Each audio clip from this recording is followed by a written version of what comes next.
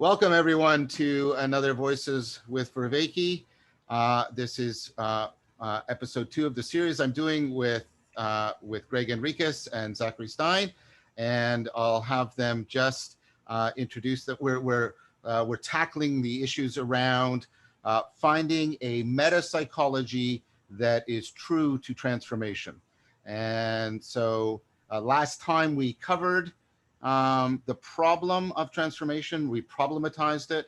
And this time, Gregg is going to take us into the problem of psychology. He has literally written the book on this. And he's going to take us through it. Some of you are familiar with some of this and some of the other work that Gregg and I have done together, and some of his blogs on Psychology Today that are very, they're exemplary for how briefly, but yet concisely, but nevertheless fully, they present these often complex ideas. And then we're going to start to see the connection between this quest for a metapsychology, at least in terms of the problem of psychology and the problem of transformation. So I want Gregg and Zach to both reintroduce themselves, and then we'll turn it over to Gregg, who's going to take us through things today. So perhaps we'll start with Zach, and then Gregg, you can introduce yourself and then begin. Perfect. So Zach Stein, just honored and just joyous to be with you guys in this endeavor. And yeah, we're discussing transformation, and I'm a developmental psychologist, so I've studied these things for years. And then the issues of metapsychology are near and dear to the way I think about psychology. I think it's hard to be a good psychologist if you're not also doing metapsychology. And I think Gregg will make that clear. So yeah, it feels like a perfect conversation to be in. And yeah, and I also don't know where it'll go, so that makes it exciting. Sweet. All right, great. Thank you both. I am thrilled to be here. It's talking about a problem that's haunted me for a long time, and I get to share some of that richness and detail. So Gregg Enriquez here, and you folks know me already, so I'm just going to jump in. So last time we started to, that we are developing a theme here. We problematize stuff. We problematize consciousness. We problematize the self. Now we've started, and John led us through a really, I think, rich articulation of some of the philosophical, empirical problems associated with transformation. So we're going to start scratching our heads about, okay, what is this? I think we wanted to undergird learning and developmental in relationship to that. So it's learning, development, and transformation. And then transformation from what to where, and who says and why. I mean, these are really, really complicated questions. And I want to put it both at an individual level, and I also think we can all agree that we want to think about this at quite a broad level. I mean, Zach, you've coined us as being in a time between worlds. I think we all, John, you talked about the need for sort of a new axial age kind of revolution. Yep. The sort of fifth joint point as a sort of thing for me. And it's all this like, wow, we are in a weird space, and we have to get from where we are to where we need to be in a very, very scary, hopeful, confusing, chaotic way. So this is this fascinating idea of transformation that we, have, I think, opened up. And I really look forward to us, diving in and getting entangled with. So there's that concept.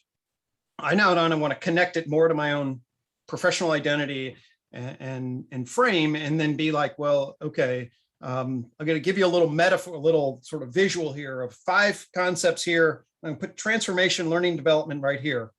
And now we're trying to say, well, how would we approach this? What would be the way in which we would want to think about the science of transformation, sort of the ethics of transformation, all of that. And I want to then anchor the concept of psychology to that. And of course, that's what we are brought together, in terms of this dialogos is fundamentally around those 2 concepts. Okay. I want to put 5 concepts in the middle for just a second. And John knows a little bit about this, but this will be new to you, Zach, a little bit. And that is that a metapsychology, at one point when I was developing sort of the unified theory, I identified 5 key concepts that were very ambiguous, that if we were going to have a coherent psychology, it needed to be about, okay? Or we needed to tackle these concepts. And they're as follows: behavior, mind, mental processes, cognition, consciousness, and the self.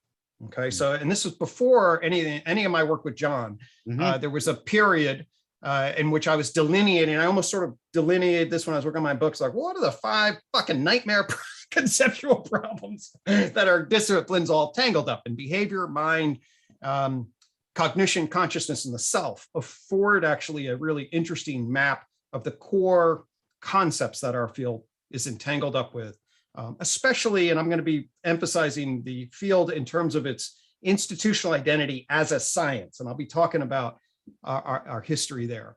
But if we put those 5 concepts, I just want to have this as a visual, sort of like, okay, we're actually really confused about what actually these concepts mean on the one hand, okay? Meaning that we, unlike, say, what is a proton, we psychologists and all the other disciplines that would be interfacing with this don't have clear definitions about what we mean by behavior, mental process, cognition, consciousness, and the self. I also then want to say that syncing up with John, and now maybe, and I feel certainly synced up with you also, Zach, is that actually there's maybe an emergent opportunity here to get much clearer on what these concepts are. Mm-hmm. And of course, John, the first series we did was on consciousness, and I certainly feel like we're synced up on a naturalistic version of what that might be, and then the self. And I've made a case, as you know, that your frame on cognition, separating out knowledge and epistemology into information processing, that 4P3R frame, is a brilliant articulation of what we actually can mean by cognition. So I think that we're, at a place now where there may be an opportunity for framing of these very, very abstract concepts. Transformation now is in reach, perhaps, but it also loops back to the topic for today, which is, well, what is the disciplinary framing that we bring to bear on the term? And at the root of them is then psychology. So there's this thing called psychology that, as an undergrad, even a high school student, I thought I knew what it meant. Okay. And then I realized, oh my God, and graduate school. And so anyway, how does that sound in terms of sort of, okay, hey, there's psychology there's transformation. There's this concept of psychology. There's this interesting relationship between these concepts. I'll come back to especially behavior and mind quite a bit, because I'm going to focus on these and get clarity about them. But just in terms of juxtaposing, hey, psychology of transformation also involves these other concepts, and we need a meta framework that at least affords us the opportunity to sense make, or at least know how we're not sense making, if it is the case that we're sort of engaged in a lot of incoherent tangle. That was great, Gregg. Could I just, these are just sort of clarifications. In philosophy, and philosophers are the ones that invoke meta. That's metaphysics. I was just in a call on metaphysics. Yep. Generally, and I've been influenced by Collingwood and others in the idea that when you're talking about meta, you're typically talking about presupposition, and presupposition are assumptions that are shared by multiple, even competing or disagreeing theories. So an assumption belongs to a theory. A presupposition belongs to many different theories. Beautiful. And that typically what you're trying to do in any kind of meta is you're trying to get at the fundamental concepts within the fundamental presuppositions in order to clarify those presuppositions. So those 5 you laid out, they're pretty much presupposed by many different theories within psychology. And they don't belong to any one theory. They're presupposed by many, perhaps even all, post-behaviorist theories in psychology. And therefore, by trying to examine them and clarify them, what we're doing is meta-psychology. We're not proposing a particular psychological theory. We're proposing, as you aptly put it, a framework of those presuppositions. We're trying to excavate them, explicate them, and clarify them. And that's why it's a meta-psychology. I just wanted to, just in case the language we're using isn't clear. Was that helpful, or? That's dead on, and I hope, it makes sense to me that it might help the listeners get their coordinates of understanding, better tuned than what I was saying. But yes, that's exactly resonant with where I would frame this conversation. Thank you, Gregg. And then I put one more thing. The argument the problematic last time pointed to how profound a feature or process transformation is.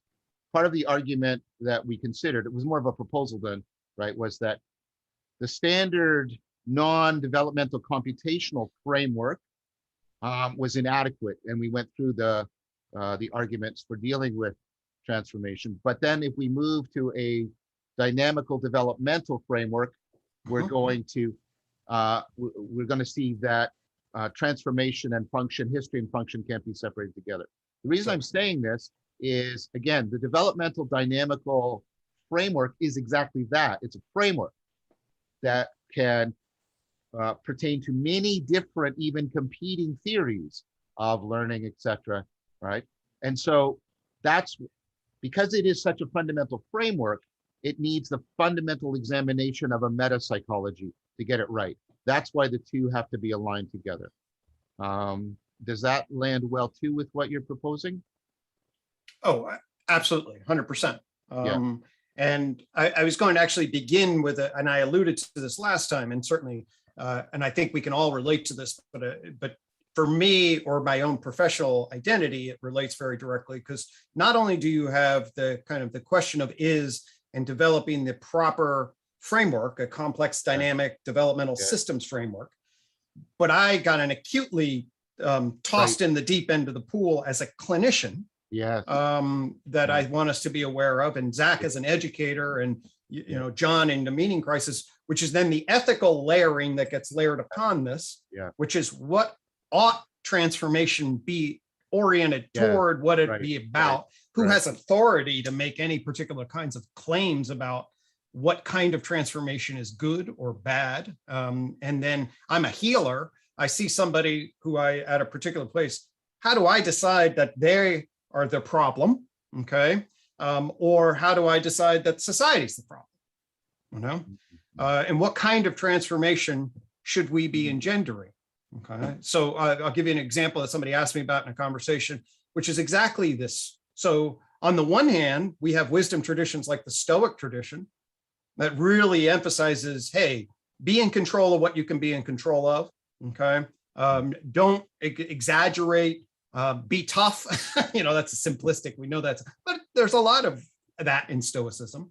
And now we also have a social justice movement, okay, that is orienting us to be very sensitive to any possible inequity and arguing that your obligation socially is to be anti-racist in a particular way, okay? Now, without getting in any either or, those are actually very different messages for how to be in the world. In fact, Jonathan Haidt argues, hey, we should look to Stoicism, and we're creating victimized mentalities on the one hand. On another hand, you have, hey, there's a massive systemic racism that we all need our consciousness erased on, okay? Those things are affording us visions of the kind of ways we ought to be, and the kinds of transformations our society needs to make. How do you know, you know, how would you even be positioned to have an is-ought framework that would afford you the capacity to be up to the task of engaging that with a level of sophistication and depth that could do justice to its complexity? That fundamentally is the issue. And I will argue, what I'm going to do is that psychology isn't up to the task. My meta-analysis, and what I hope to walk you through, and I know that both of you offer similar kinds of critiques, so it's not going to be a hard audience to convince, but it is the case that mainstream American psychology, I will argue, is woefully under-equipped philosophically, theoretically, psychologically, and scientifically, and positioned in its place in society to do justice to the kinds of complex questions that we are facing individually, collectively, about the kinds of transformations that we need to be making. So could I say, I think that was excellent. That's a very good point, that the job of metapsychology is not only to explicate and clarify the presuppositions of psychology to make it a better science. The job of metapsychology is also cultural ethical critique of that framework. So that would also be part of the meta aspect. Is that a fair way of representing what you've said?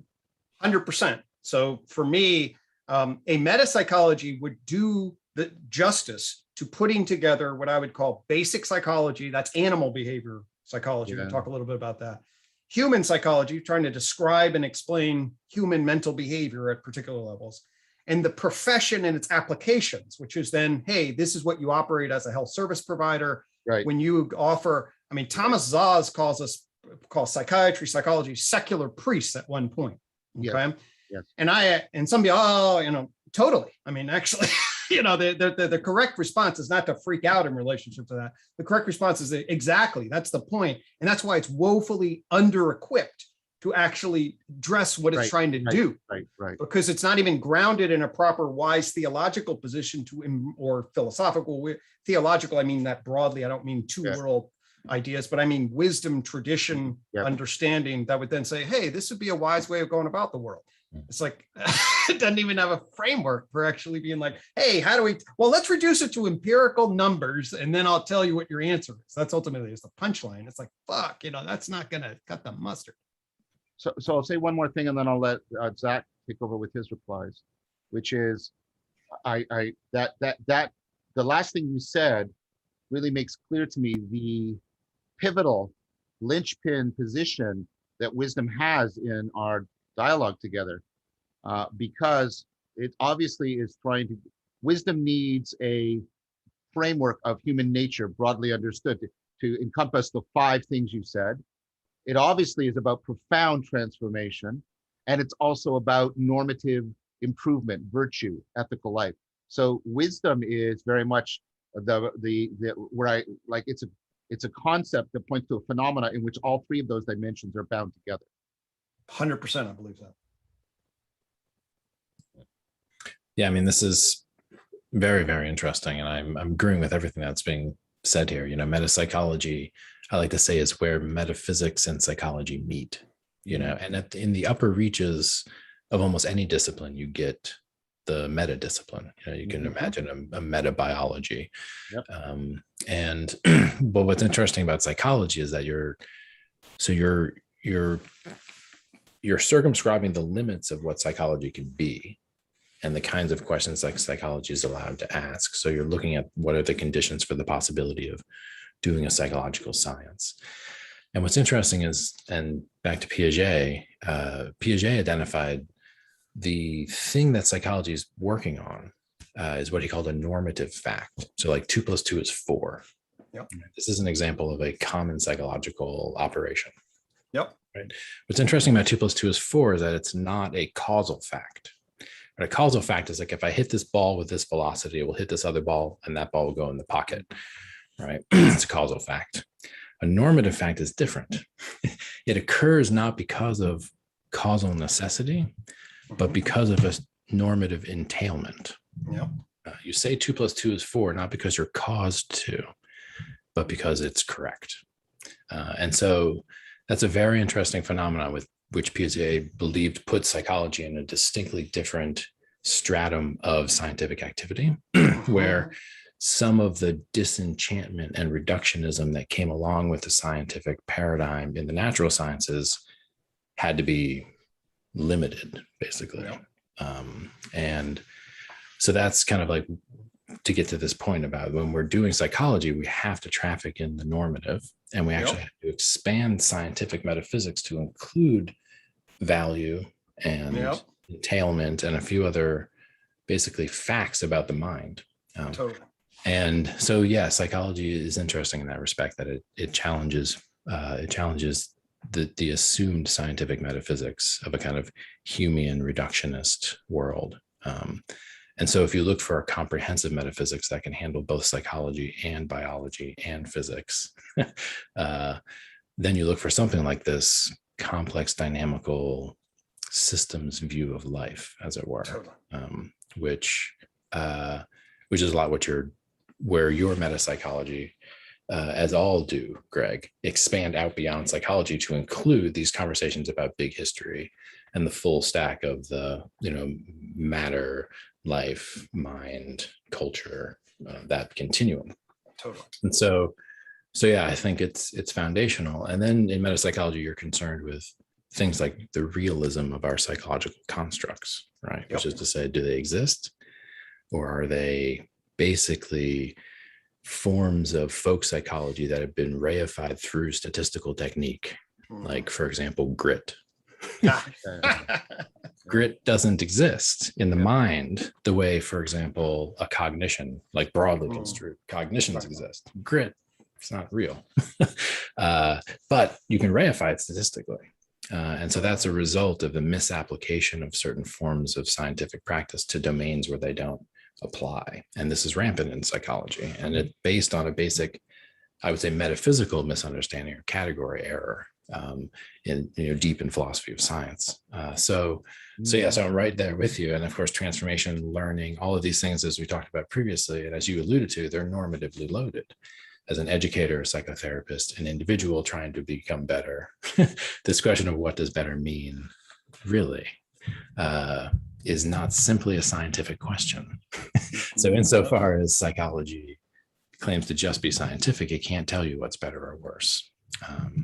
Now, it can tell you what's healthy or unhealthy, but that's a different question. And that raises more metaphysical issues that include even philosophy of medicine and things of that nature.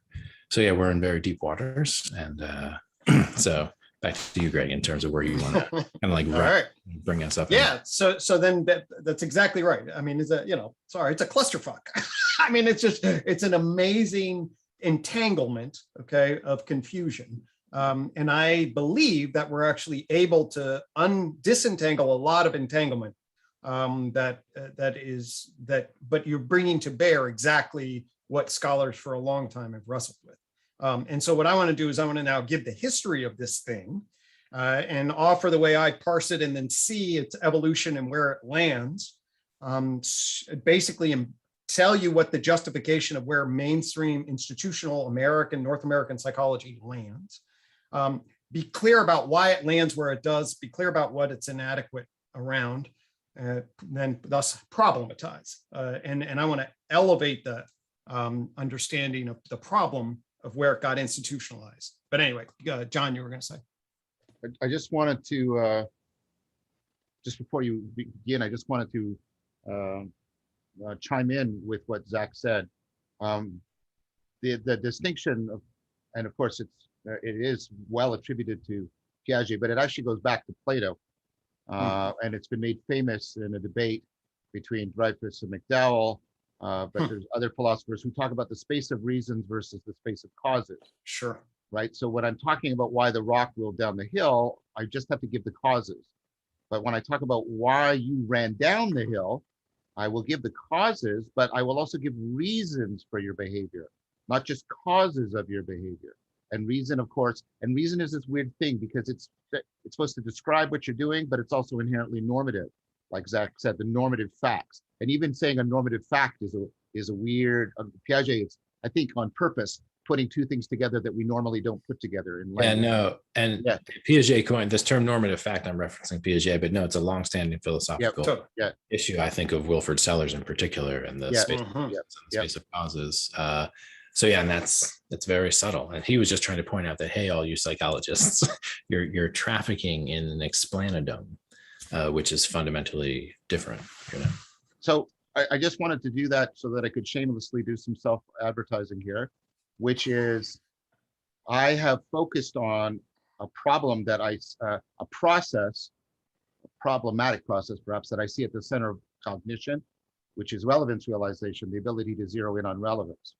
Now, the one motive for that is just that it seems to be this fundamental process that's being presupposed in all these theories and published on that. The other motivation, and this goes to the work I'm doing with Dan Chiappi, is the notion of relevance sits between cause and reason in a very, very important way.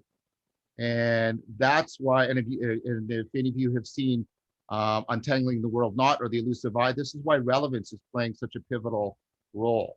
And so I think bringing in the dynamics, the developmental dynamics of relevance realization is going to be pertinent to trying to get, to mediate between the space of reasons and the space of causes. So sorry, that was a little bit of saying. No, that's a very we're definitely connects. We were trying to also take points where we could connect to the two previous series. And so Totally. that's the one on consciousness and the one on self. You can see a deeper connection running right now into this. So I just wanted to get that point out there, Yep. Greg, before you began. And in relevance realization, you do some very beautiful, subtle moves with that language. Realization also in terms of to become aware of and to make happen. And it's the juxtapoint between perception and action in a particular way that creates a dynamic participatory flipping. It's beautiful. And I want to argue that that's an exemplar in my estimation. And I do try to do certain kinds of similar things ultimately down the road. And what I'm going to share, and so I get a little bit to the punchline, but then we'll come back and we'll be able to see. So right now, the science in North America, I'll just be saying psychology, but is the Institution of North American Psychology. And that's the biggest institution in psychology. So it's okay to frame it that. They produce the most textbooks, they do the most things. The science is defined as the science of behavior and mental process in about 80 to 90% of the textbooks. Right. Okay. That's the science of what it is. So when you ask what psychology is, that's the science. I'm going to actually take those two words and rearrange their order and talk about the science of mental behavior at a particular point. Right. Okay. And that juxtapose is subtle, but it actually is going to afford us a wide variety of different clarifications down the road. And I just use that then as an example of, actually subtle twists on our language with clarity about their history, and then the move in relationship to why you would do that can open up blockages in systems where before were not. So when we just focused on relevance, but when you yoke relevance to your creative realization, all of a sudden, boom, you get an explosion of intersection between a wide variety of different perspectives that then afford intelligibility, plausibility, and coherence. And that's good. Those are good indicators to be drawn towards. So the bottom line is, I'll just tell that I'm not going to get into too much detail. People generally know the story, at least in these circles. I get stuck in starting to do psychotherapy, and I grow up in the idea that science is the bomb. Science, you don't know what your problems are. You apply scientific method that reveals you. Hey, does cognitive behavior therapy, we know cognitive behavior therapy works better than psychodynamic therapy. And so now you're going to go and you're going to learn that, you'll justify that, and you'll go out there and become a practitioner of empirically supported truths. That's how I entered my graduate training in psychotherapy. I got into that and realized that's actually bullshit. There's very limited, that's a very narrow and empirical brand-based argument about the nature of psychotherapy, even in the narrow confines of, psychotherapy's job is to reduce symptoms. And that's, by the way, that's the whole setup. It's like it presumes that if you're suffering, that's bad. And if you go from I'm kind of miserable to I'm really happy, you have just improved tremendously. Okay. But any thoughtful person can be like, well, wait a minute. If I told you right now, oh, by the weekend, my entire family got killed in a car accident, but I'm cool, I'm happy. You guys be like, what the fuck's wrong with that guy? Get him to a hospital, right? So there's no way that we just look at somebody and it's like, oh, they're happy. That's not valid. So this idea that we want people to be happy or that we want reductions in symptoms without any philosophical richness is deeply problematic. Okay. You cannot just apply the empirical methods without an enormous amount of assumptions about human nature, about social context, about values and virtue. And that's what I was told was happening. And then when I actually saw people do the work, they could come from a wide variety of different orientations and vary tremendously in terms of their skill and efficacy towards the virtuous outcome. And they could, the best of the best were good, and the lousiest of the lousy suck. And it was like, hey, what's up with that? And why don't we have a framework that affords us to understand the capacity, the validity of the insights of each of the best? That's what my intuition was. And then when I took that, I did something that actually no one else has really ever done, which was basically naive. If I had asked the questions that you guys have asked like a priori and had sort of the philosophical insights, I would have probably just been like, oh, fuck it, I can't, this is a nightmare. But what I did was I said, well, I'm a psychological doctor over here and I see all these different approaches. Why doesn't it just organize by the science of human psychology?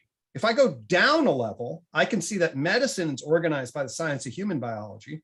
and engineering's organized by physics and chemistry in a particular way. And so I sort of was like, well, why aren't these different schools of thought organized by the science of human psychology? Okay. And so what I didn't realize at that time was had been socialized as an empiricist. And now I'm going back and then basically asking the system, I was like, well, why don't I just look at the forest of what psychology is? And then that forest would then afford me the opportunity to organize the various schools of thought. Okay. And then it was in that, and in fact, at first I thought that was going to be available. I fell into evolutionary psychology. Evolutionary psychology is the mid 1990s. Evolutionary psychology is coming along, it's got Steve Pinker and Lita Cosmides, John Tooby, really interesting kid. And now it's anchored to an broad evolutionary view in the natural sciences that sort of made sense. And I was excited about that. But what ultimately happened was two things simultaneously. I started to see that it itself, I don't know what they mean by their terms. Okay, we'll get into what these terms are, like mind and behavior and how they frame stuff. And then ultimately, I had an insight about the concept of justification, which, by the way, relates to reasons and causes, and is going to create a very clear dividing line in what becomes a dividing line through the tree of knowledge lens between the culture, human, person dimension of existence and the animal mental dimension of existence. Okay. And as I developed that line, I looked, in fact, I told all the evolutionary psych people about it when I was at their conferences. They were not too thrilled. It was really fascinating. They didn't find it to be useful at all. I'm like, actually, hey, we can bridge to social constructionists. You can do this in this regard. Those folks were not terribly keen on those bridges, it turns out. And it was a very interesting disillusionment in relation. And then it was at that time in part where I was sort of both building my system and then became very aware of psychology is not like biology in its fundamental organization. Okay. What do I mean by that? If you ask every biologist what biology is, it's the science of life. Okay. There's no real debate about that. And while there's tremendous debate about what is the criterion of life, what's a virus alive, where does life come from exactly, how does it emerge? Great, all sorts of questions there. But no one really disputes that the general center of the circle that biology tries to define is life. Okay? It turns out that there is enormous disputation and fundamental disagreement about the epicenter of the circle that psychology tries to box in. And it's that discovery that is the fundamental essence of the problem, and deciphering what those areas are is key to solving it, or at least creating a metapsychological frame that's up to the task of sorting out the radical confusion that resides in our field in terms of this. So, as I started to explore this, I got more interested in theoretical psychology. And here's the thing, folks, that haunts me as an educator. Everyone knows this at one level, knows there's a problem. Okay. I mean, so there's, this has been known in psychology by 1899. The crisis in psychology had already been diagnosed. Okay. So pre the turn of the 20th century, the scholars. So let's talk a little bit about what this is and how to frame this. Okay. It's complicated as shit precisely because the first thing about psychology in a common layperson sense is its everyday life. I mean, folk psychology, right? It's like, hey, why the hell did Andy go do this when she said she was going to do that? Is she seeing my wife? Is she pissed at me? Is she doing this? Why does she do what she do? That's a fundamental question. Ever since we've had this capacity to talk and have shared intersubjectivity, why you do what you do, and wait a minute, how do I do what I do? And what are my beliefs, desires, and what are your beliefs and desires, and how the hell do we get along is, that's the nature of being human. So folk psychology, if the subject matter has to do with, hey, human action, belief, desires, how they negotiate and what they do, well, obviously everybody listening to this has been involved in the belief, desire analysis of the people around them since they were socialized to be persons. At a very early age. So folk psychology at one level is ubiquitous. Everybody engages in it. You get to become a person, you have to learn belief, desire, narration. And so it's very intimate at one level, which makes it interesting and very ubiquitous then. So then that's one definition for us to at least box off. So there's like, well, this thing called folk psychology. Then you get into philosophy. And so you get the deep history of, I have a book, The Story of Psychology by Morton Hunt. And it just starts with the Greeks, because it starts with basically Western education.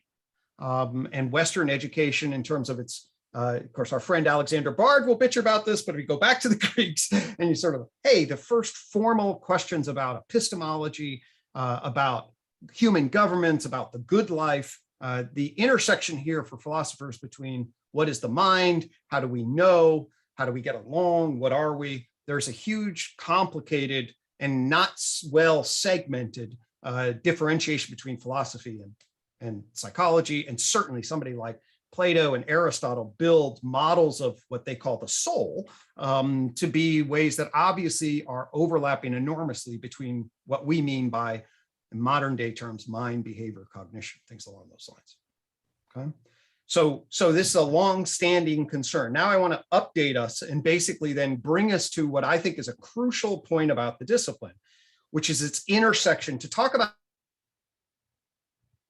that's the problem of psychology, as I mean it, we have to talk about science, okay? Because the nature of the problem intersects deeply with the nature of modern empirical natural science and its evolution. And so modern psychology really gets its identity, or at least the identity that we need to struggle with, is what's its proper relationship with this thing called science. The actual term psychology officially dates to the mid-16th century, and is probably the most common cited sort of usage of the term. Is interesting to note. This guy, Rudolf Goclenius, the elder, I'm not sure exactly how to say this, but in an academic book in 1590, he gave a book title that translated in English is Psychology, that is on the perfection of man, his mind, and especially its origins. That's the first 1590 book. It shows up in poetry by this other guy, Italian guy, 50 years earlier or so. But in terms of scholarship, so just to give us a location, this is Galileo, Descartes time period, right when the Renaissance Enlightenment is doing its thing. Psychology appears in a particular way in this regard. And certainly there are some developments along these lines. Obviously, Hume, Locke, these kinds of characters philosophically have a lot to say about the human mind.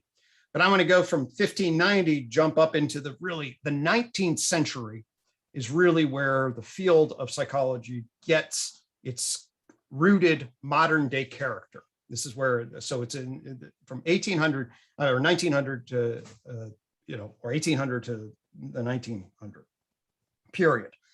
Where you see really all of its founding fathers, that's what they were, fathers, but get sort of identified. And so what happens then is during this century, you have a number of different developments whereby the science, of course, Newton, in the development of the physical sciences and the emergence of the Enlightenment, the industrial age, the modern sensibility about reason, rationality, science, technology, liberal democracy, that has now exploded onto the scene, of course, by the 19th century, right? So, I mean, and then what you have then is people basically saying, that epistemology of modern science, modern empirical natural science, affords us a particular way to try to get truths about the world. And people basically then put the modern science epistemology with the question about what is the mind, psyche, soul of human subjective experience, essentially. It's the marriage of that. And what we're going to then see, though, is that never gets clarified about how to take what becomes a very successful system for mapping matter in motion quantitatively, does not actually utilize, it's not easy to then impute upon the subjective experience of being. And the basic intersection is all the different attempts to do that. So I'll pause there and say, basically, so my point is that there's folk psychology, there's philosophy and psychology. We're actually coming back to philosophy and psychology with a metapsychology view, but modern psychology actually has its historical roots in the intersection of this topic area, which is then going to try to be jammed into a modern empirical natural science epistemology. Does that jive with folks' frames and references in history, or any questions about that?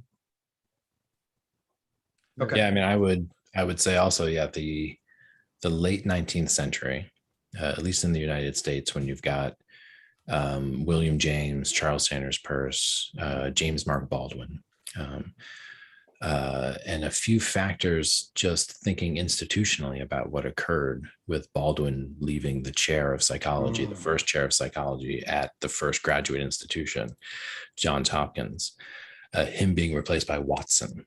Right? Yes. Wonderful. Thank you. You take out someone who had a broad, structuralist, comprehensive, metapsychological orientation towards psychology that was developmental and included very strongly this reasons versus causes, and it was the great grandfather, inspirer of Piaget, incredible psychologist, removed. And in his place you put a reductionist who ends up basically working in advertising. Totally. And around that same time you got the reification of psychological measurement as a field, specifically wedded to institutional bureaucratic power. And this is a thing that's often overlooked, which is that measurement in the physical sciences, especially with the metric system and the international organizations for the codification of measurement standards internationally, which Charles Sanders Peirce was involved in. He incidentally codified the length of the meter through wavelengths of light.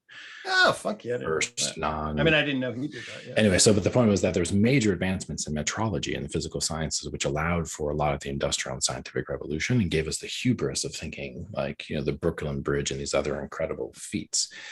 And then we make this thing called the IQ tests. The Americans steal it from the French and they industrial strength it, and they tie it to World War I, and they do a whole bunch of other things, which basically give us the illusion that we're measuring the mind the same way we're measuring physical realities when we're not even close, not even close. And when I mentioned about the mongrel concepts and the reification of folk psychological ideas through statistical technique, is just a continuation of that form of irrealist, metaphysically naive psychological theorizing backed by certain forms of naive measurement practice and statistics.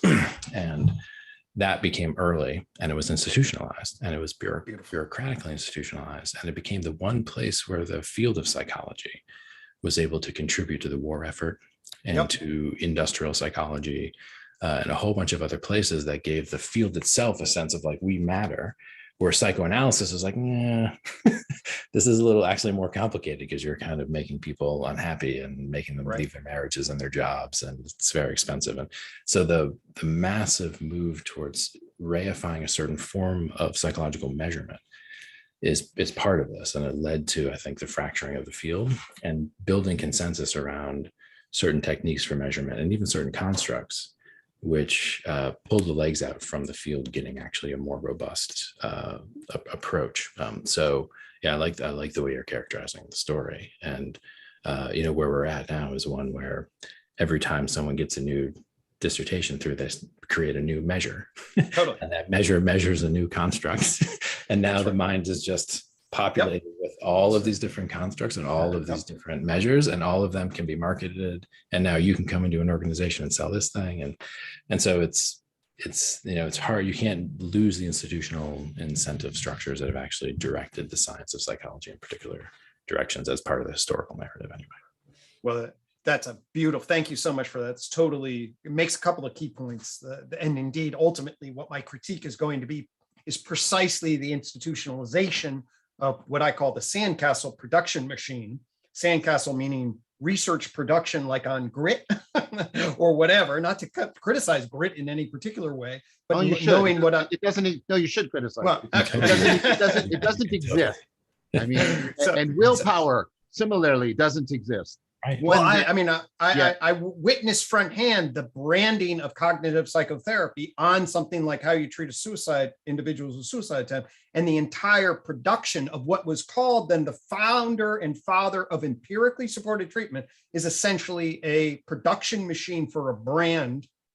That's what it was. It was a production machine for a particular brand, and a technology that was for the elevation of this horse race, not grounded in what any normal scientist would basically say, well, we'll start with observation, we'll build models, we'll gather additional data and correct models accordingly.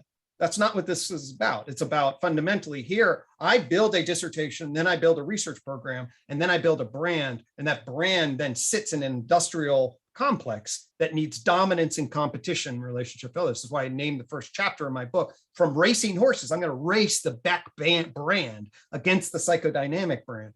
Just seeing the elephant, be like, what the fuck are we actually even looking at here in relationship to, these phenomena? And actually, are we actually interested in making sense out of them? Are we interested in promoting technologies that get, publications or whatever the currency is in relation to the academic structure? It's actually kind of horrific.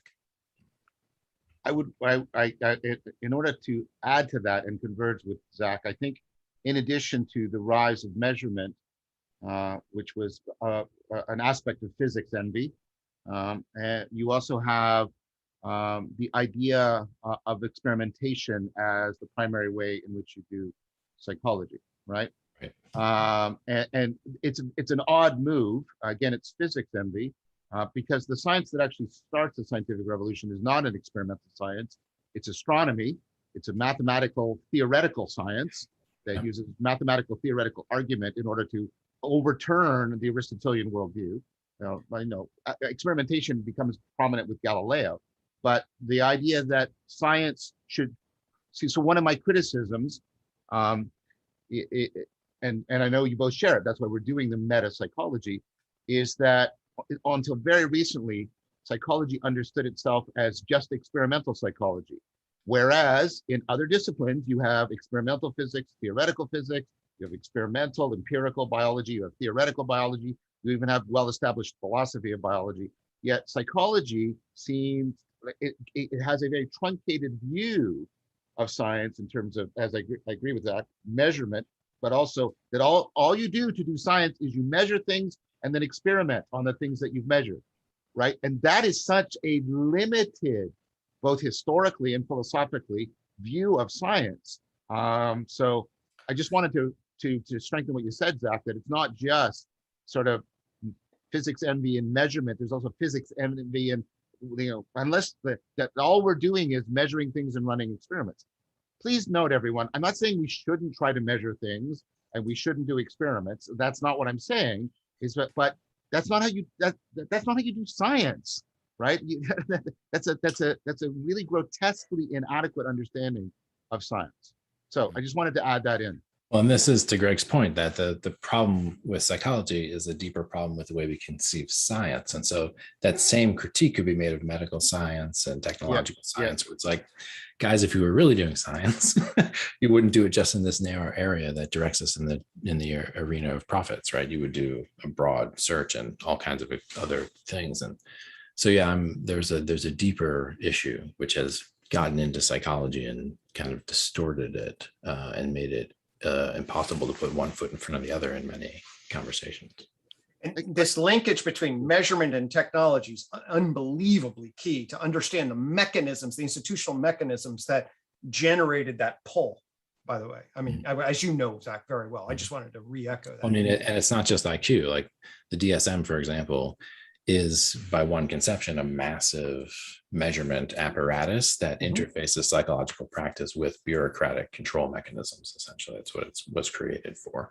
And again, if you're a realist, which of those constructs actually exist as disease entities, right? You get into the fact that this is a massive simulation of the mind. And when I started to realize this about the field, as you did, Gregg, I became a little bit concerned because the other thing that happened was, just like the other sciences, which we were so triumphantly wielding in government and military and other places, we started to triumphantly wield psychology in government and industry and military.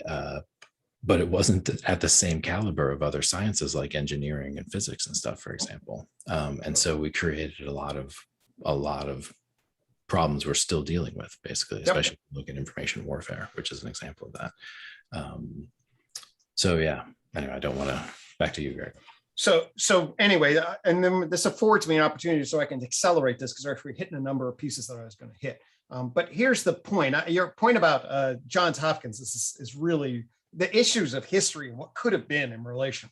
But yet John Watson is absolutely the epitome of the physicalist reductionist, both in relation. Basically, what he does is he adopts his initial behaviorism, which, by the way, is very different than B.F. Skinner's behaviorism. But his initial behaviorism is it's a neural-reflexology. In other words, it's a physicalist flatland with an experimental methodology that he then basically is going to pull and parrot off of what he sees as the success of the experimental physical sciences. That is what originally behaviorism is. And it's could amazing. not be more different from James Mark Baldwin. I mean, it's so I know that's amazing. Like, in terms and it was largely professional jealousies and other things that got both Baldwin and Peirce out of the American Academy.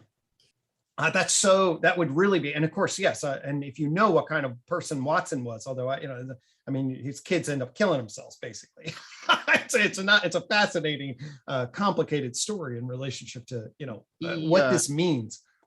He also, he thinks he's applying, but I think from Rescorla onward, we have understood that he massively misunderstood the work of Pavlov and Baldwin. Oh, completely. Right. Yeah, he takes the methodology, and this is the whole. Ultimately, here's what the take-home point, folks, is that what happens to the institution of psychology is the application, the parroting, simplistic application of psychological method to the discipline as its core identity that they embrace and wave out in front of the young undergraduates like myself that says, science is so great, we take this thing and we apply it in a way that helps you understand common sense. And at first, that's a swallowable, hey, okay, great. And then you actually get behind it. And now you can actually see that it's a complete corrupt at its large scale. Of course, there's brilliant examples, and I love lots of psychologists, but its large scale institutional infrastructure is essentially a corrupt methodological application.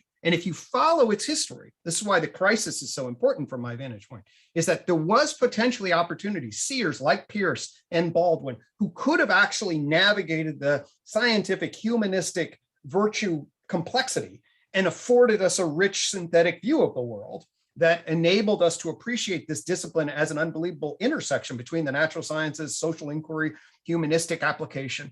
And instead, what happened was the paradigm wars unfolded in the first part of the 20th century. So you get a paradigm war, you have it's useful just to know the history. So out of psychophysics, Helmholtz and the idea of yoking a sensory experience with absolute just noticeable different absolute thresholds, Weber's law shit.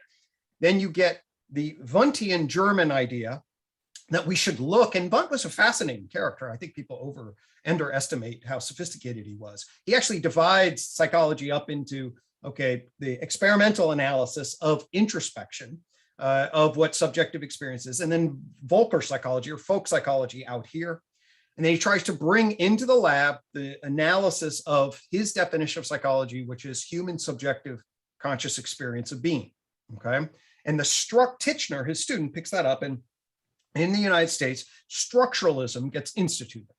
Now, the point I want to make here, and this goes back to all of our conversations, John, about what is consciousness. The subject matter here, what is psychology about, is actually very well defined in structuralism. It's about human subjective consciousness that no one else can see. That's the topic of what it is. Okay, what I would call mind two. But it's actually well defined. It's not about animals, and it's a science, and it's a science of training people to look at the structure and then delineating the parts that make of qualia, that he would use that term, but the qualia that make up the term. 45,000 different things are identified, and apparently these are the Lego-like ingredients of qualia that make up the capacity for human experience. At least that's the enterprise of Titchener. Okay, that's structuralism.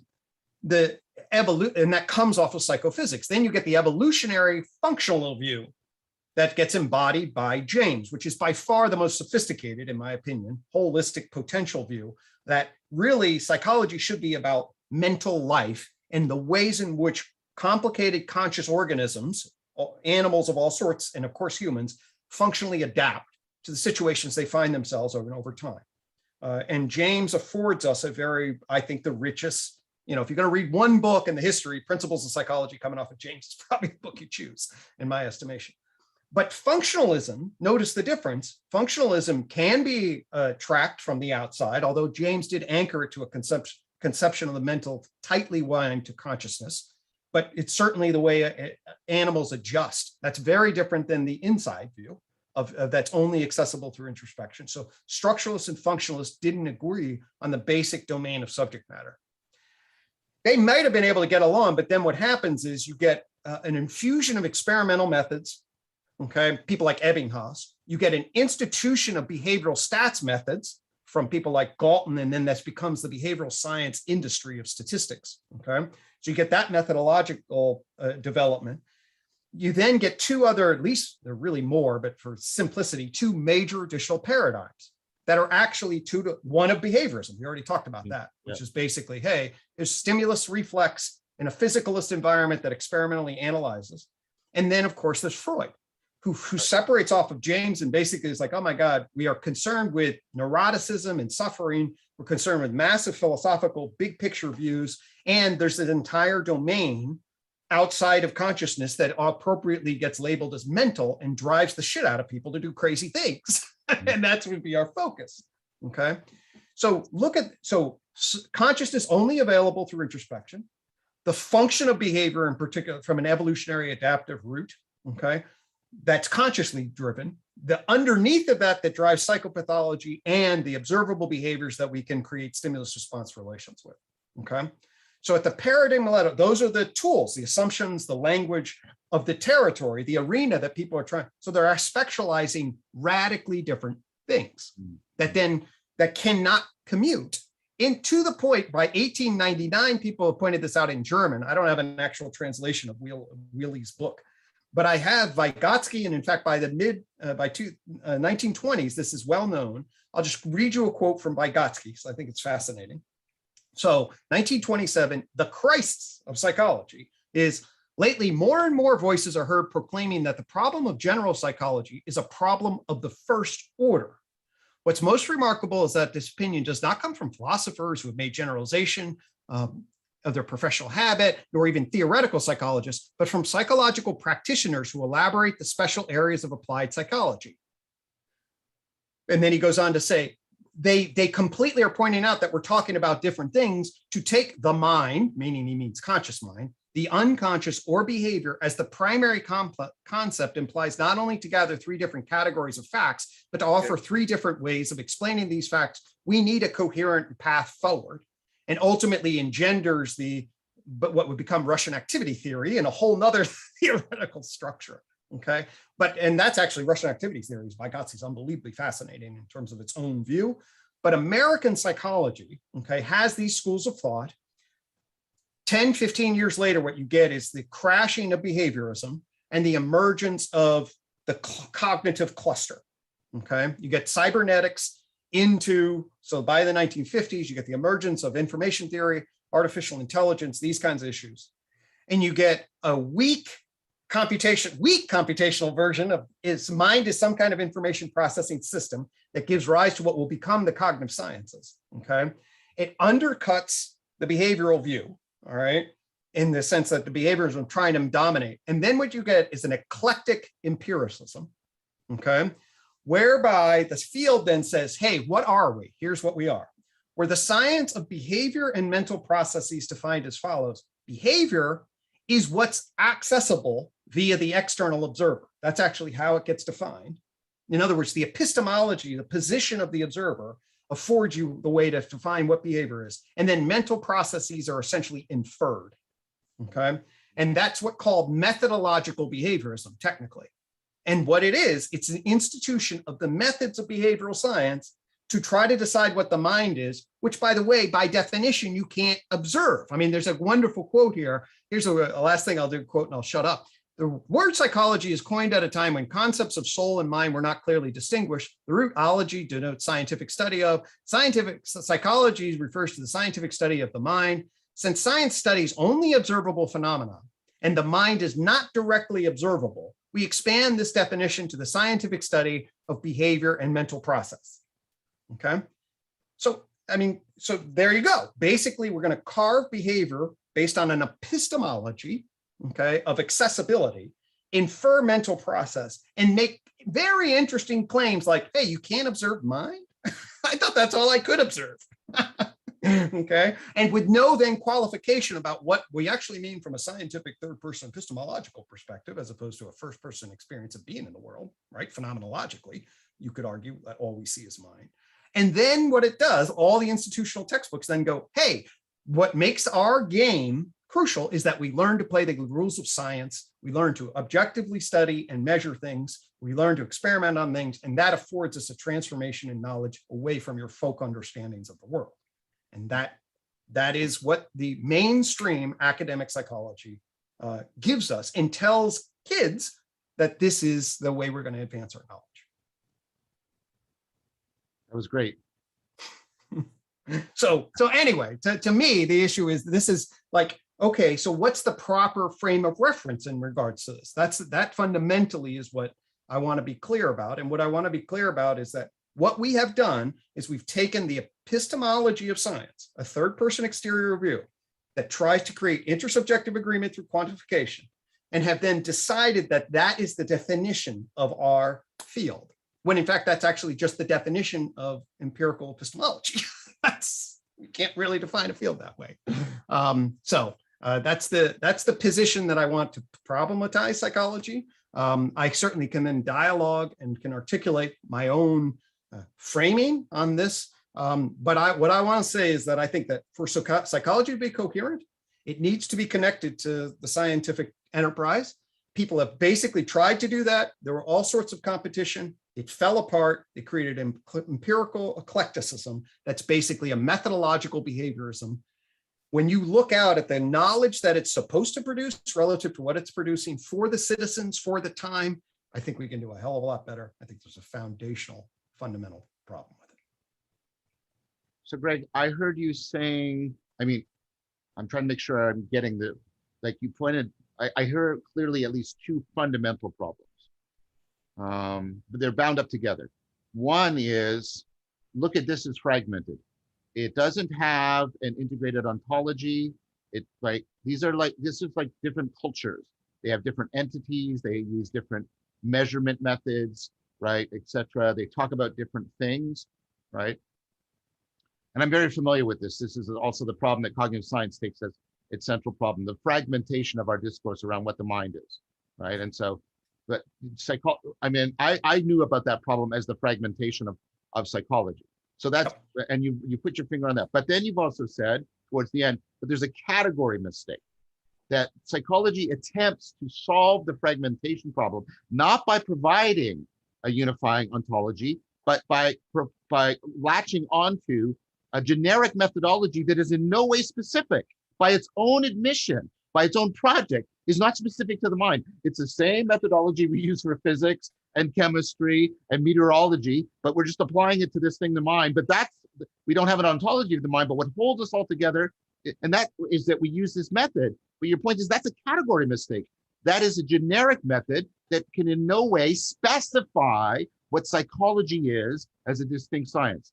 And those two problems are, so there's a fragmentation problem and there's a fundamental category error problem. Am I hearing it correctly? 100% correct. Yep. And I'll add, the thing that frustrates me is that this is not hard to see when you learn how to see it.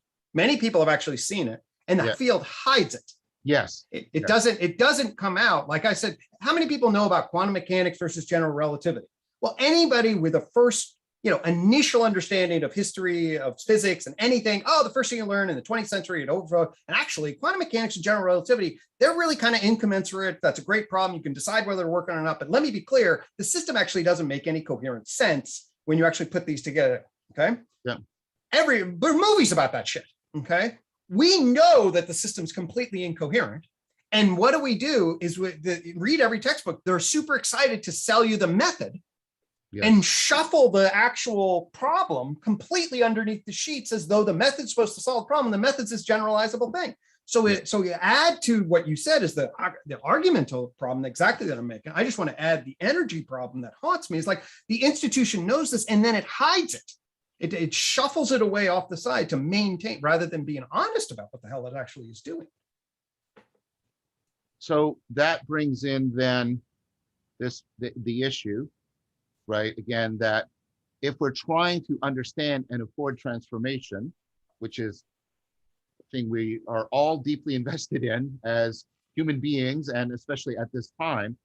And we turn to psychology to give us, right, a way to frame that problem so that we can study and understand it. What we get is a discipline that is inherently fragmented and is therefore consistently speaking equivocally about the mind, if I can use that as a referent term.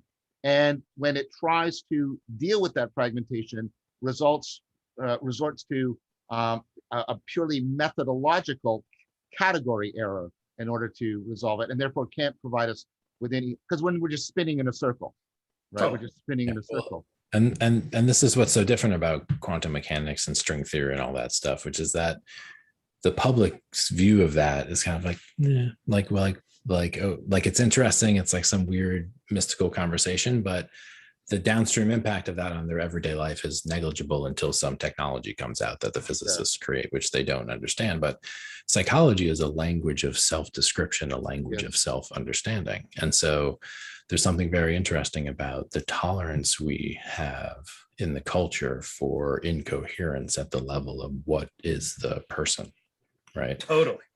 At that level of disconnect between what's being scientifically stated is the nature of the human and what we're running on, the kind of like the last fumes in the gas tank of the pre-modern life world, which are almost completely degraded by the processes of disenchantment and scientization. Yes. And so the perpetual and increasing fragmentation in that domain, specifically in the humanities, is one of the most disturbing things I've seen as an educator. And now what's interesting is that some of the resistance we have is still, again, something else left in the gas tank from modernity of a resistance to religiosity. Because as soon as you start to articulate a comprehensive enough psychology, someone's like, dude, that sounded a lot like religion, Gregg. Totally. It's like a religion. But it's true, because you're like, hey, we are part of this evolutionary process. You left out something in your historical narrative, which was the Piagetian tradition. Yes, which is the Baldwinian tradition, which is actually was that sleeping dark horse, which has reemerged as the dynamical systems evolutionary view, right? Which ends up being a kind of religious sounding story. It's saying, what do you study when you're studying psychology? We're studying evolutionary patterns that are universal to all of life and matter, which manifest and make themselves explicit in the human mind, and then something new emerges through the human aspect of evolution. And so, there's something about the resistance to a comprehensive story. There's something about the resistance to an emergent meta-narrative that could unify. I remember Habermas, I think, quoting Adorno, saying, like, listen, it used to be that ideology, propaganda worked to solidify one view everyone had to kind of like agree in. And there's still some that works that way. They haven't picked up the message. The way it actually works is that now the ideology is the absence of that. The ideology is the continual fragmentation and the inability to learn and transform about who and what you are. And so you're left in an identity structure that is fragmented and confused about very basic questions that humans haven't been confused about when they had basically a common story about the nature of the soul. Now we can take issue with, was it a good story or a bad story? But the point is everyone in this city, everyone in the city basically thinks the same thing. No one's thinking like drastically different things. One person thinking that, well, the way I act is because of how we were on the savannah 10,000 years ago. And someone else thinking the way I act is because of neurons firing in my brain that are ultimately driven by quantum mechanics, which we don't understand. So am I acting at all? And so there's this like, whoa, that's a lot of diversity, and neither of those views are in a coherent story themselves. They're factoid reinterpretations that fragment identity. So it's a deep issue, so I'm not optimistic that the most coherent metapsychologies we're going to get in the near future will come from academic psychology. I think that the most coherent meta narratives we've been getting have come from outside academic psychology, because that's where you're allowed to do things that smack of religiosity.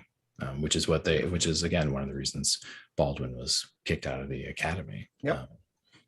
Yeah. And as you know, I'm underdeveloped in that developmental track, even though my starting point is with Piaget. But then I get my own histories, I get pulled out into these different paradigms in a particular way. And I actually am sort of thankful I have the developmental complex dynamic system sort of broken into me. And then I'm looking at these, and then I back into the tree of knowledge in a particular, Stone Knight in 1997 or whatever. But the fact of that I need that development is so why I'm so nourished when I talk to you, Zach.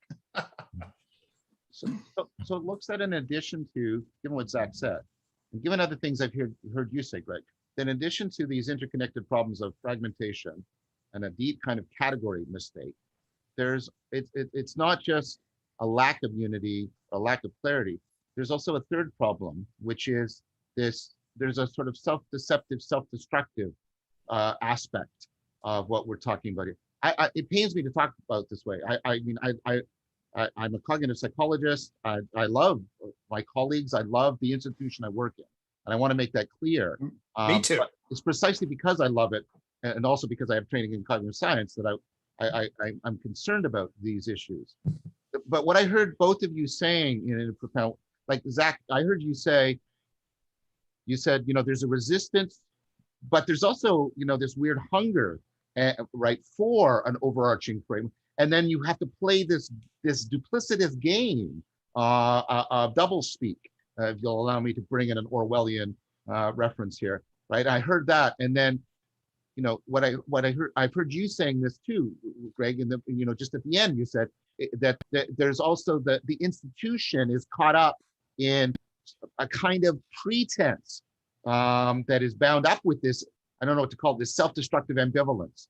So I think that's, if you draw what you both said together, that's a third related problem. There's a fragmentation problem, there's a category mistake problem, and then there's a self-deceptive, self-destructive pattern at work within the field of psychology.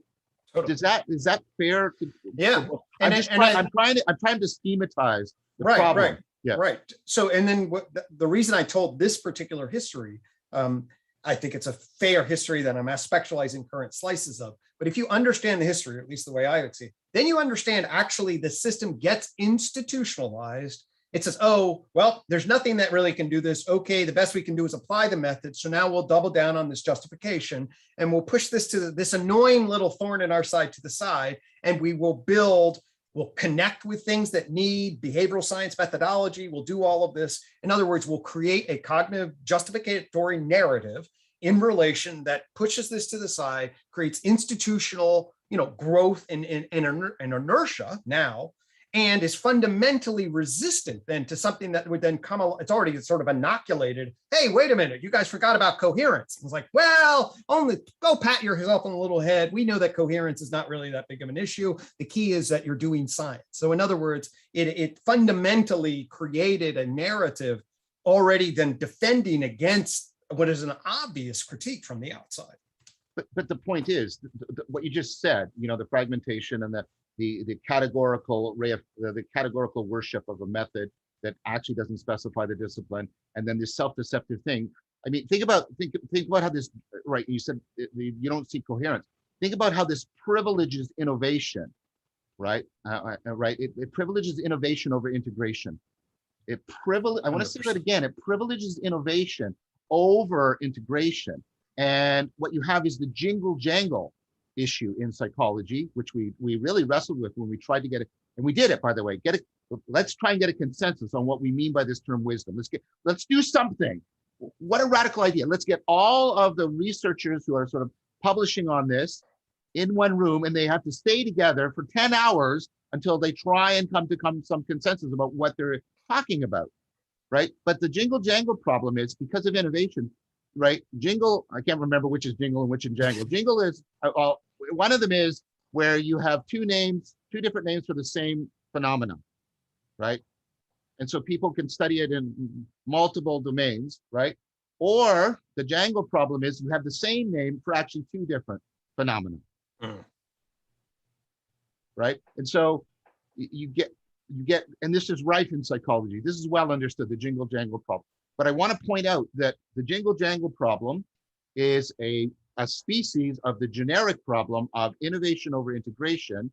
And the jingle jangle problem and the innovation over integration, independently of your stats and your lab policies, I'm not denying those aren't an issue, but independent of your stats, independent of your lab policies, those two things drive the replication crisis in psychology.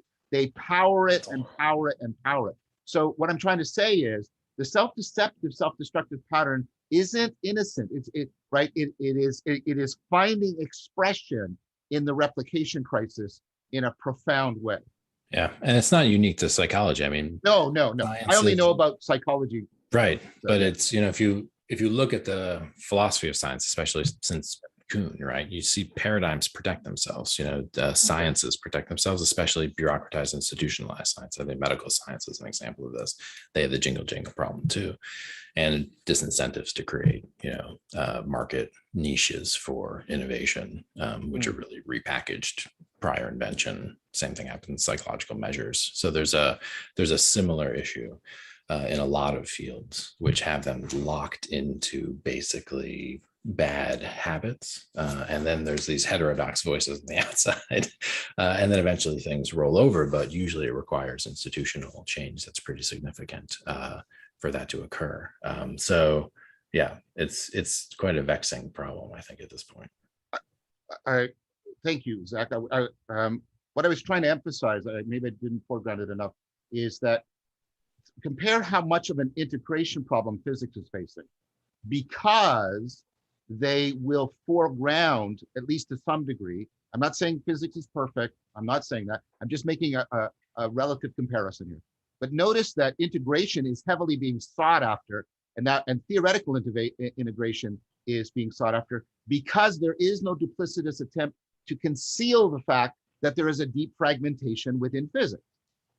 But psychology, I'm trying to argue these two are the same. But by trying to keep the fragmentation secret, it therefore has to, stop people from looking for integration and entrance them with the salience of innovation and incentivize their careers, right? Well, what are you doing as a graduate? Oh, I'm integrating these things together to see. I'm producing grit. Yeah. So if you come up with a new effect that nobody else has, then your career is set. But if you take existing things and you put them together and say, hey, I want to show theoretically that these things don't fit together, you won't get a job. You won't get a job. That's changing just recently, but it's very much the case. That's exactly what my dissertation advisor said, Harold Lichtenberg, God love him. Yeah. And I ended up having to do a totally different dissertation, but I had the tree of knowledge. He's like, you'll never get a job. So what I'm trying to say is there's a deep connection between this third thing. So we've got, and they're all interconnected. See, I'm doing the philosophical thing here. Sorry, but I'm trying to get clear. This is metapsychology, John. Yeah. There's fragmentation, there's a category mistake, and then there's self-deceptive, self-destructive behavior. And what that does is it backgrounds and marginalizes, and I'm even thinking in Derrida's sense, it marginalizes the need for integration, and does that actively by privileging innovation over integration. And that is a powerful factor driving the replication crisis. That's the argument I wanted to make there. That's how I wanted to get that out. Thank you, by the way, for patience. I think it's a crucial point. And it says there's a deep problem that's self-perpetuating and creates a feedback and it's inoculated. Yeah. But we can diagnose it by things like the replication crisis, affords us an opportunity to enable it. Exactly. That's the argument I'm trying to make. Thank you, Greg. You articulated it further in a clarifying way. Thank you very much. That was helpful. How does that land for you, Zach? That argument I just made? No, it makes perfect sense. So the replication crisis is probably the most well-known place where this is just being reported on. Basically, people are being aware that there's a replication crisis, And I mean, I was thinking about how confusing it is if you are trying to make sense of who you are and your place in the universe, and you turn to the field of psychology. Then I was thinking that the mental health crisis could, at least in part, be driven by the psychologists working to try to stop it. And this is an example of an iatrogenic spiral, which I write about, which occurs in a lot of places where you keep doubling down on the same way of trying to solve this problem, but it's actually that problem solving technique that's causing the problem. So you have reductive psychology, right? Psychological theorizing, confusing people about the nature of their identity. And then as they try to get help about their identity, they go to that very science that confuses. Well, the primary response to the replication crisis has been what? Larger ends and better methods. I mean, that's been by far. It's been methodological. It's been definitely, it's not like, maybe we're on the wrong, it's like more of the same, doc, just keep digging. Yep. There have been, I want to be fair, there have been 2 or 3 really good papers published where people have stepped back and said, the replication crisis is not just a methodological crisis, it is a theoretical crisis. And our lack of an integrating theoretical framework is a significant factor driving the replication crisis. But the point that you both just made, that the response to the replication crisis has been a methodological, by and large, a methodological response, and not a theoretical and ontological response, just shows how deeply problematic the replication crisis actually is. I will predict that we will institute all of these practices, and we should do them, by the way, pre-registration, lower p-hacking, all that. But the problem is this, and this is why I predict that won't make the replication crisis go away, because of this deep logical reason. You can always find more empirical confirmation for a vague or equivocal or conflated construct. The fact that you acquire more empirical confirmation means possibly two different things. You're on the right track, or you have a theoretical mongrel. And just getting more does not distinguish between them. I want to say that again. Just getting more empirical data does not distinguish between those two. We are entranced by, I refuted the null hypothesis. Big deal. You have another hypothesis you have to worry about, which is your empirical confirmation pointing to a truth, or is your empirical confirmation pointing to a very poorly formed theoretical entity? Because it could equally be both. Sorry, but that's just why people will not step back and gather more data is not going to be the answer. The replication crisis is not, again, one more time, I'm not saying don't do this. Do this. Pre-register, improve your stats, blah, blah, blah, blah. Do all that. What I'm predicting, science, I'm predicting that will not ameliorate the replication crisis on its own. That's what I'm predicting. Amen. We need meta-theoretical, meta-psychological analysis. So, because the logical point is just like it's undeniable. Yes, one explanation for why you're getting more data is you are actually confirming something. The other explanation is you have an equivocal, conflated, or vague construct, and that will always acquire more and more confirmation. Yeah. Well, and I mean, it's also the case that doing the same study again with a measure that isn't well built, you can get the same result and not understand why, because you don't understand really what you're measuring. You're just measuring a proxy. I mean, there's all kinds of reasons, and not to mention the normative issues, which we've been addressing, which are basically not even handled by the vast majority of psychology and aren't amenable to scientific, empirical, or let alone experimental. So yeah, the situation with psychology, I think, is interesting. Like, I believe that current technological trends with the pandemic and geopolitics are going to put increasing pressure on the field, and to prove its worth. And the concern is that we're going to end up seeing, as we are already seeing, partnerships between very large technology companies like Google and people who innovate constructs like grit. So this is happening. And so what you end up getting is the codification of these ridiculous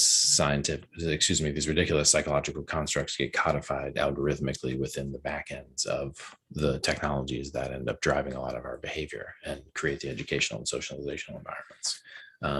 So as abstract as the conversation seems, it's actually the case that right now we're taking psychology as it exists and interfacing it with the most unprecedented information technologies ever created. And most of the people making that interface are naive about the things that we're talking about and take a construct like grit at face value. Because they only look at the amassing of empirical data. We have, Baumeister and by the way, Baumeister is in many ways a good psychologist, right? But his notion of will, and he and his students were able to amass all of this data about willpower, and it fits in with the whole Christian idea, and and then it turns out it completely disappears in the replication crisis. You can't replicate it, and people, right? There, like, if you look carefully, first of all, given the fragmentation of psychology, the replication crisis is not equally distributed across the subdisciplines. So you look at it. The areas that suffer the most are the ones that treat theorizing as something anybody can just do on their own. Whereas the areas of cognitive psychology that are not suffering, for example, and I don't think this is a coincidence, the replication, the way they're being suffered in social psychology, is precisely those areas that have a more explicit and richly developed philosophical tradition, and therefore have much more theoretical debate going on in them. And that's not a coincidence. That's not a coincidence. Again, I'm not saying cognitive psychology doesn't have issues. I'm making a comparative point here. No, not an absolute legitimate point. I'm saying look for where it is. And I guarantee you, it's not because the stats and the methodological experimentation in social psychology is rabidly inferior to what's going on in cognitive psychology. That's not the difference. That's not the difference. It's because the way the construct, cognitive psychology, you're doing work on rationality. They have to read philosophy. They can't not do it. And so you get like the rationality debates, significant, huge debates within psychology about rationality, and experimentation and theoretical debate are woven together. You don't get that in other areas of psychology. And so again, we have to be more sorry, I just wanted to be clear that I wasn't tarring all of psychology with the same brush. Right. No, I want to say that if we could make this meta psychology, if we could make the discipline more self-reflective and say, stop pretending this is, and actually carefully look, where is it worse? Where is it better? Why? Nobody's doing that. I have not seen a single paper that has said, have you, Greg? Have you? About the replication crisis, where they say, here's differences within psychology. I've seen it alluded to. I haven't seen it analyzed systematically. Yes, exactly. Everybody you have to control for funding. You have to control for funding, because neurosciences, cognitive sciences get a lot more money than, for example, developmental psychology, which would be my field. And then there's also fields that don't do experiments, like observational clinical study. Yeah. So but I completely agree with you. But it's not clear why the terrain of science is the way it is. And again, and I'm biased because I'm a developmentalist. When I've spoken to cognitive psychologists, I've been surprised, for example, their inability to theorize rationality developmentally. And there's a whole literature there. I was saying I wasn't speaking absolutely. I did want to qualify that. I think, for example, we're going, maybe just to bring to your point, we're now going through what's called the second rationality debate, because people from cognitive science are bringing in the embodied, embedded, dynamically developmental aspect, and said this was not being discussed in the first rationality debate, right? That presupposition is now being actively challenged, right?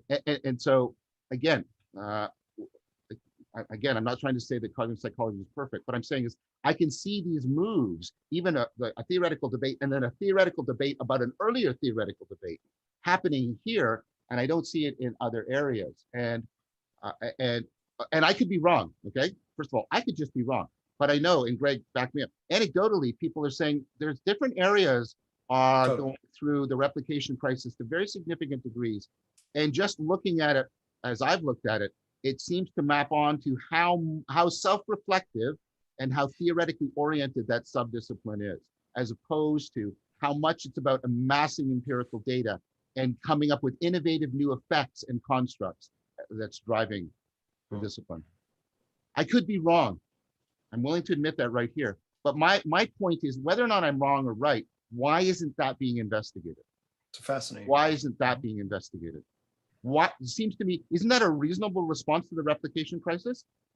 Is it univariate, or is it multivariate? Is it happening, homogeneously, or is it happening? What? We're not even doing that. We're not even doing that. Is someone replicating the work that was done on the replication crisis? Because I don't know if I trust that work.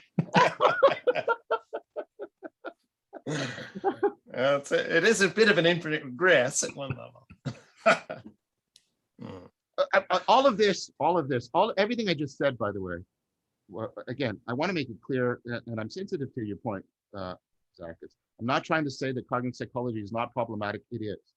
What I'm trying to say is, I'm trying to make an argument for why we need a metapsychology. And one of the things that metapsychology does is exactly this kind of deep, reflective self-criticism. Mm-hmm. Amen. So I know we're getting near time, so I'll just offer a few kind of final thoughts, at least, that I wanted to bring to bear on this, and then we can, see where our next moves are. But I think I really appreciate the passionate dialogos around this issue. We obviously all feel it in our hearts. This methodological solution to the problem is clearly not adequate. Not enough. So what I would like to say, then, yes, the field is committed to a methodological behavioral approach. Well, at least 90% of it, 95% of it. You have over here this radical behavioral approach of B.F. Skinner. It's 5% of the discipline or whatever, but that's where the mainstream is. I would like to suggest a metapsychology. You'd say, wait a minute, what are the metaphysical issues that we are dealing with? Okay. And that's not highfalutin. That's like, okay, what are the concepts and categories and generalized worldview? I think we could all agree that, hey, science has laid out a naturalistic, emergent, evolutionary picture, big history kind of style at the very least. There's some big bang. There's some simpler dimensions of existence or less complexified systems that then get built upon in relation. And then, so I would argue that, hey, we need to start with that kind of descriptive metaphysics into an ontological view. The tree of knowledge then affords, the argument is that it's an updated map of big history. And what big history misses is the proper cleaving of complexification across the information processing communication lines. So everybody gets the difference between matter into chemistry into life, where that's a gigantic jump.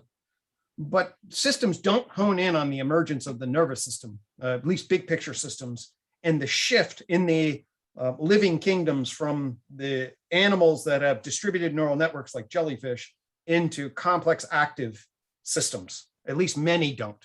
Okay, some certainly do. But I would like to suggest that the dimension of mental, consistent with William James's notion of mental lives, that dimension of mental emerges out of the living world at the animal level. Okay, and we can specify that it has key ingredients. Complex active bodies, brains, and nervous systems then afford exemplars of complicated animal behavior, which I then want to describe as mental, which is another layer of adjectives on top of the living. Okay, so that if we had categories of things like, okay, 3 cats in a tree, one's dead, it falls, hits the ground, that's physical behavior. An anesthetized cat falls, it hits the ground, doesn't move, but inside is biophysiological behavior. A living awake cat drops, hits the ground, and takes off. Okay, the complicated actions of that animal behavior are the way I want to frame a third dimension of complexity that comes out of life, and call that capital M mind, as a technical neologism that other people sort of use, but to make it clear that animal mental, complex active bodies of animals behaving on their environment, mediated through the brain and nervous system in a particular way, affords us a particular way of thinking about a particular kind of behavior that's not well described with the term behavior. Okay, so behavior becomes a term in psychology that actually, because of Watson, is confused. Ontologically, it's physically reductive. Epistemologically, it's from a Wilberian perspective, we can say it's from the exterior as opposed to the interior. That's the epistemological difference. Okay, you realize that actually the concept of behavior stretches all the way throughout science. Okay, behavior is used by the physical sciences, the chemical sciences, and actually it's different kinds of behavior in nature. And I map that through the periodic table of behavior, arguing that there are these different dimensions: matter, life, mind, and culture, different part, whole, group relations across scale, that's particle, atom, and molecule, across then scale all the way up to, say, galaxies.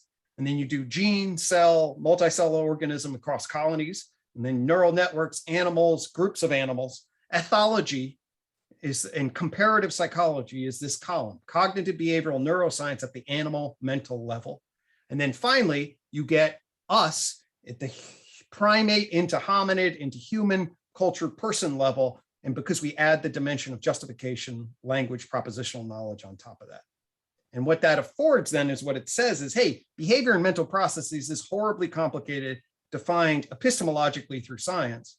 This affords us a descriptive metaphysics that identifies the ontology of the mental first at the level of mental animal behavior. Then that grows from things like crabs and insects all the way up to primates.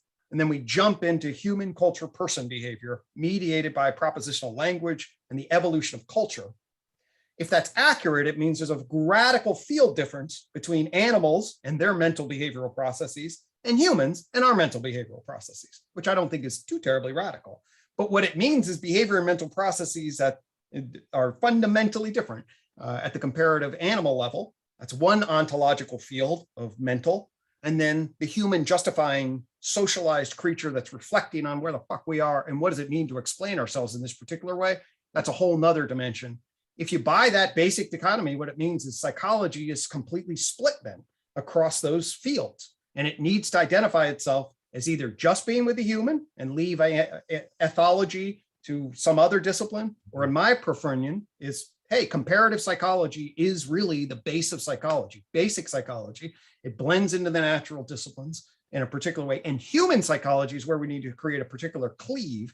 And then human psychology becomes a sub-branch. Human psychology is a radically different field, and that interrelation between basic and human as a way of categorizing from the natural sciences, then getting situated into the human and recognize that the human's actually a radically different category, reasons, causes, things like that.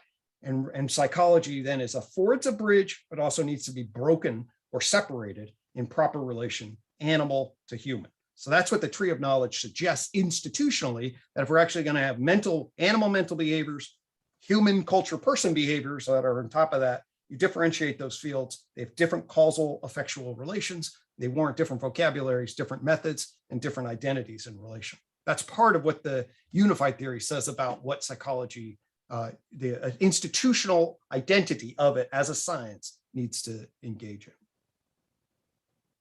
So Gregg, I'm wondering about if we can make a bit of connections to the elusive I here, because it can, one thing that a conceptual confusion that I think I could map onto what you just did that we talked about in the elusive I, and I think is pervasive in psychology, is so mind, like when people are looking for mindedness, oh, sorry for that, but right, there's three things that often get conflated, and they're very carefully being now pulled apart and then theoretically integrated in 4E cognitive science, which is agency. So like, as you said, everything behaves. So talking about behavior as something picking out psychology is ridiculous. Everything behaves. That doesn't do anything. So there's a distinction now that people are really pressing on between being a behavior and being an agent, in that an agent in some sense can determine, right, the consequences of its behavior and adjust its behavior to privilege some consequences over the other, because it's ultimately a self-making thing. It's an autopoietic thing. So a paramecium is an agent, because I call that functional awareness and responsivity. Right. That's the way I would frame that kind of behavioral pattern.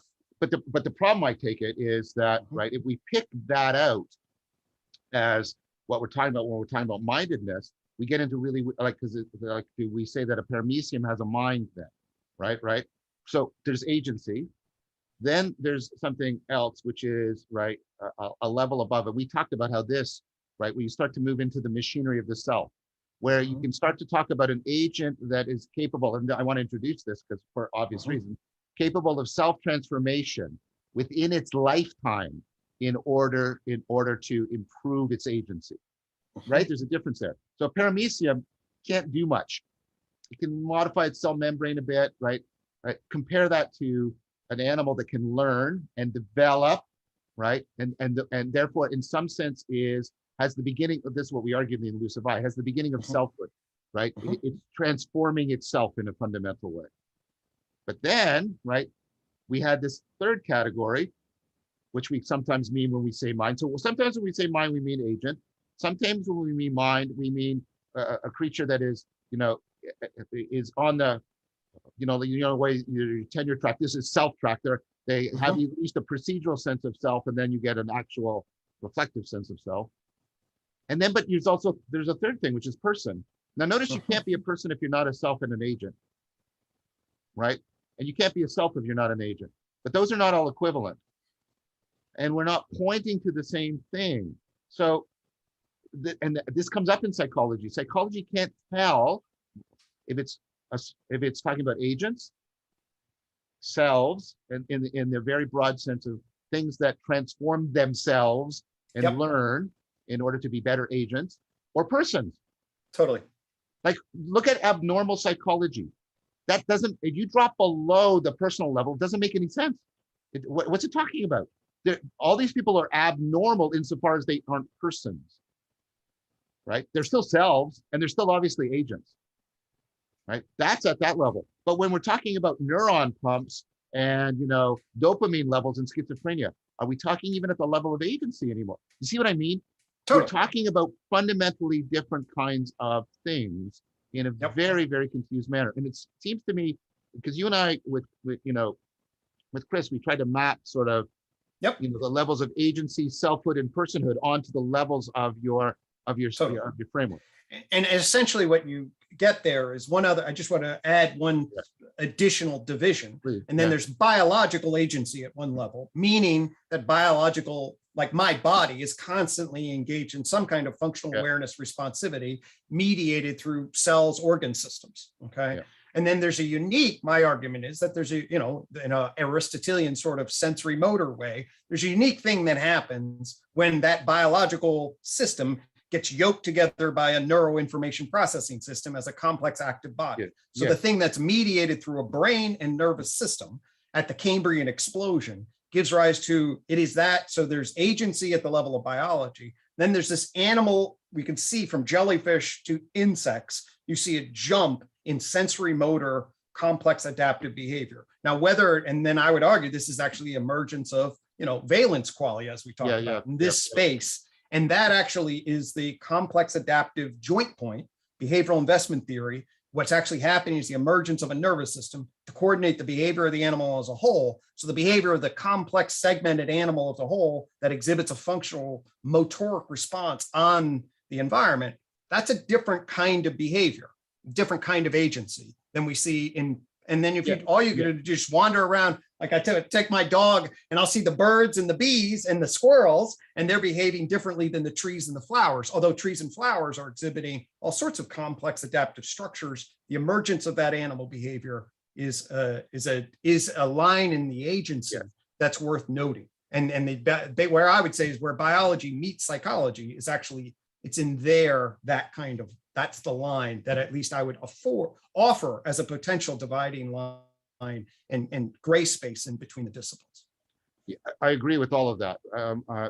What I was trying to do is say that reductionism is an identification. The upper level is nothing but lower level. We're not talking about reductionism. We're talking about what Evan Thompson calls deep continuity. Yep. Right? Where there's a deep continuity between being a biological agent and being a sensory motor agent, but they're not the same. You can't reduce one to the other. And then what I was trying to say is, each time we move along the continuum, and we can't do this.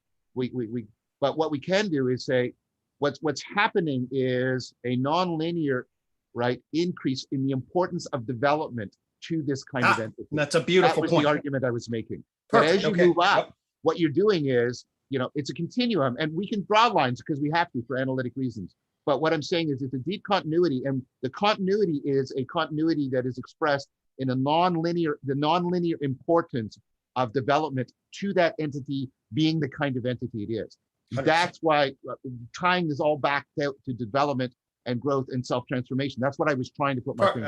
I appreciate that. I was oriented more on the fine-grained definition of psychology versus biology. Fine, yeah. But absolutely, in relationship to now, to pull this back 100% and orient more towards the Zach and all of this other things that we're about, this idea of, as these agents emerge, in particular, this hierarchical level, the centrality of development in shaping what it is that you see, and the structure functional relation is absolutely. The self-shaping becomes unbelievable. The evolution of evolvability, all of that has to be taken in deep consideration. Yes, exactly. It's not just a quantitative increase of the self-shaping dimension. It's a qualitative increase. It's a whole nother yes, ball exactly, game. exactly.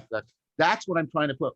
And the fact that we can't, the fact that we can't properly situate development and transformation into our ontology, I think that's what I'm trying to. That's a wonderful point. To wrap up in terms of why psychology is not adequate to the task, why we need a new metapsychology, how it might afford us a proper framing, ontological framing, situate us to be able to talk effectively and wisely about human development transformation.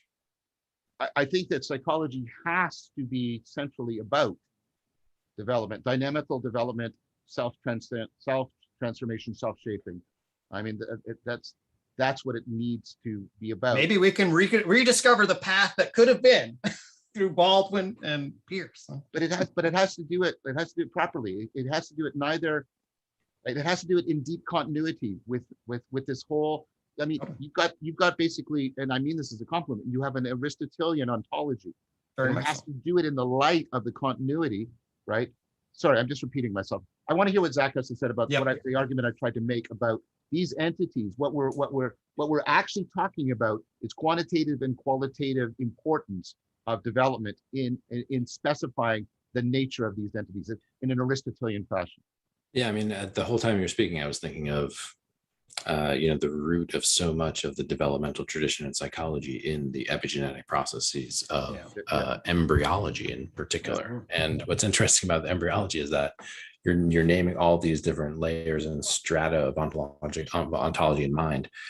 You were and are all of those levels. Yes. You were a single-celled being, and then you differentiated. And in the process of embryology, you see the kinds of differentiations of function and then reintegration of meta function and the kind of hierarchical integrative structures that you see in epigenetic processes developmentally in general. And then all those lower forms of knowing are within the human body now. And this is, again, when you get back into the kind of like a good psychology ends up having a religiosity, you end up saying things which are said in the religious traditions, which is that you are one with everything, that the mineral, the plant, the animal, the mind are all contained within the human, is correct, and a kind of an esoteric truth, that we are every age the universe has ever been. Right. We're also we're also every age we've ever been. Like little Zach is still in there. As is the basic responsiveness of each single cell in my body to sunlight, for example, which I don't control that reaction, but I benefit from it, and I organize it up into agency and personality. So I think next time I will take the reins, and I'll be looking basically at this tradition of thought. So I'll bring in some of these meta psychologies from the developmental tradition, and then segue into the conversation about transformation, specifically this problem of teacherly authority, which is one that's close to my heart. And it allows us to reframe a lot of the stuff we've been talking about, I think, and especially bring things to bear in some really concrete situations where we need to figure out how the mind works so that we can advise somebody about a preferable or not preferable course of action, basically, which is at the end of the day what we need to do with psychology in many ways. So yeah, I enjoy this, guys. So great. That's a wonderful thank you, guys. I appreciate it. You guys were beautiful interlocutors as always, and I appreciate it. So thank you very much, and I'm going to end the recording and look forward to seeing the rest of you on the next episode, in which Zach will take the lead as he has foretold. Next week, same time.